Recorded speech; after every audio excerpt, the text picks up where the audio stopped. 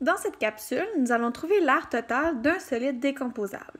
Ici, nous avons un cube troué, donc on veut déterminer l'aire totale à recouvrir, donc ça veut dire tout l'extérieur et à l'intérieur aussi dans le trou.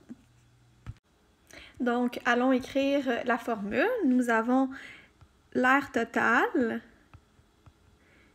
qui est égale. En premier, on va aller numéroter chaque partie. La première partie, ça va être tout le cube au complet. La deuxième partie, nous allons calculer, c'est à l'intérieur, donc dans le cylindre à l'intérieur. Ainsi, ça va nous permettre de bien identifier la formule. Dans le cube, en fait, nous allons calculer toute l'aire latérale du cube, donc aire latérale 1. Et à ça, on va aller additionner les deux bases du cube, donc plus 2 fois aire de la base 1, puisqu'on parle de l'aire du cube. Donc ici, ce que nous avons, en fait, on va avoir calculé tout le cube au complet, donc l'aire totale du cube.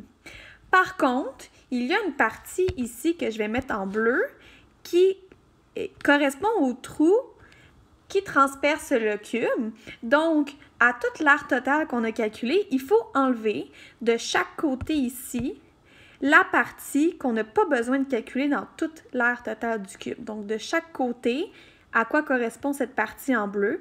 Bien, ça correspond à 2 fois l'aire de la base du cylindre. Donc, ici, on enlève 2 fois l'aire de la base du cylindre, donc du solide numéro 2. Donc, ça ici, c'est ce que j'ai mis en bleu. Maintenant, avec cette formule-là, on a pu, par exemple, recouvrir tout l'extérieur du cube. On a enlevé les trous qu'on avait, donc qui correspondent à la base du cylindre, aux deux bases du cylindre.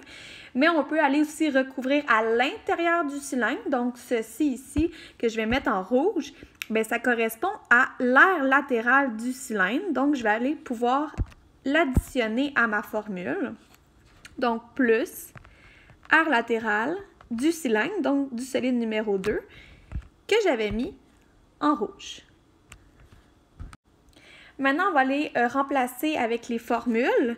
Donc, aire totale, la formule de l'aire latérale du cube. Donc, l'aire latérale du cube, ça va être le périmètre de la base fois la hauteur qui va correspondre à toute l'aire latérale. Donc, périmètre de la base fois hauteur du prisme, ça correspond à mon aire latérale. Maintenant, on va aller calculer les 2 fois aire de la base du cube. Chaque base du cube mesure 10 cm par 10 cm, donc chaque côté mesure 10 cm. Étant donné que c'est un prisme à base carrée, en fait, sa base, c'est un carré, on va aller additionner l'aire d'un carré qui est C à la 2.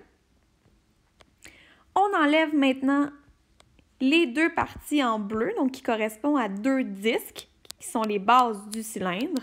Donc, on enlève 2 fois, on va aller écrire la formule de l'aire d'un disque, qui est pi r à la 2.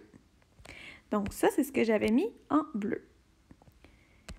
Maintenant, on s'en va additionner à tout ça l'intérieur. Donc, dans le trou, il faut aller calculer l'aire latérale du cylindre que j'ai mis en rouge.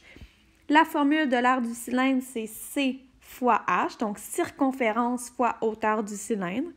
La circonférence, on peut aussi écrire sa formule qui est pi d ou 2 pi r. J'ai choisi pi fois d fois sa hauteur. Donc, ça, c'est ce que j'avais mis en rouge. On va aller maintenant remplacer les formules avec les valeurs.